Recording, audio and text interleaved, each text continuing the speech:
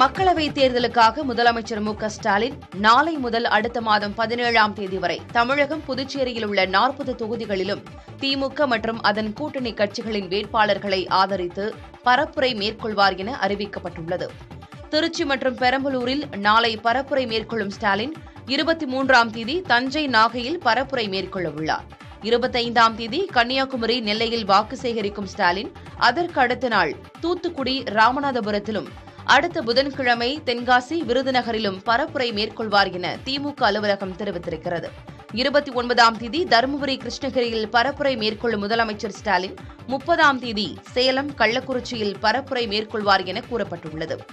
இந்த மாதம் 31ஆம் தேதி ஈரோடு, நாமக்கல் மற்றும் கரூரில் இந்தியா கூட்டணி கட்சிகளுக்கு வாக்கு சேகரிக்கும் முதலமைச்சர் ஸ்டாலின் அதன் பிறகு ஏப்ரல் 2ஆம் தேதி வேலூர் மற்றும் அரக்கோணத்தில் பரப்புரை மேற்கொள்வார். அடுத்த மாதம் 3ஆம் தேதி திருவண்ணாமலை, ஆரணியிலும் 5ஆம் தேதி கடலூர், விழுப்புரத்திலும் வாக்கு சேகரிக்கும் ஸ்டாலின் 6ஆம் தேதி சிதம்பரம், மயிலாடுதுறையிலும் 7ஆம் தேதி புதுச்சேரியிலும் பரப்புரை மேற்கொள்கிறார். 9ஆம் தேதி மதுரை, சிவகங்கையிலும் 10ஆம் தேதி தேனி, திண்டுக்கல்லிலும் 12ஆம் தேதி திருப்பூர், நீலகிரியிலும் 13ஆம் தேதி கோவை, பொள்ளாச்சியிலும் முதலமைச்சர் ஸ்டாலின் பரப்புரை மேற்கொள்கிறார்.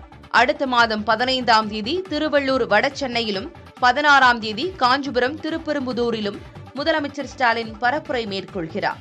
இறுதியாக அடுத்த மாதம் 17ஆம் தேதி தென் சென்னை மற்றும் மத்திய சென்னை தொகுதிகளில் முதலமைச்சர் ஸ்டாலின் பரப்புரை மேற்கொள்கிறார்.